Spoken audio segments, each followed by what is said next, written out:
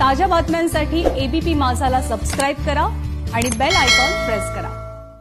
बीड शहराच्या मध्यवर्ती असलेल्या LIC ऑफिसला आज पहाटे आग लागली। या आगीत साहित्य जळून पूर्णपणे खाक झाले। आग आटोक्यात आली असली तरी संपूर्ण परिसरात सध्या धुराचे लोट पसरलेत।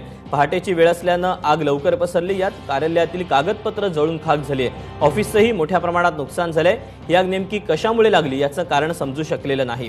बीड शहरातल्या मध्यवर्ती भागात असलेल्या LIC ऑफिसला आज पहाटेच्या दरम्यान भीषण आग लागली होती।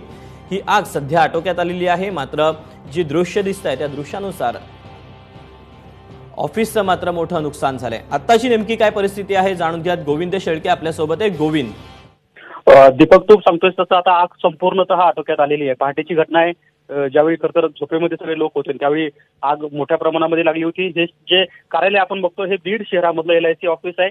जवळपास 2 मजल्यावरती हे कामकाज चालायचं आणि स्वाभाविक आहे की रात्रीच्या वेळी ऑफिसमध्ये कोणी नसतं, त्यामुळे कुठलीही जीवितहानी झाली नाही। मात्र LIC कार्यालयामध्ये जे कागदपत्र असतात, कॉम्प्युटर्स आहेत, इतर फर्निचर, त्याचं मात्र मोठ्या प्रमाणात नुकसान झालंय। ती आग कशामुळे लागली याचा तपास आता सुरू झालाय। मात्र हे खरंय की जे सर्वसामान्य लोकांच्या LIC मध्ये कागदपत्र असतात किंवा इतर साहित्य असतं ते मात्र आता जळून खाक झालंय।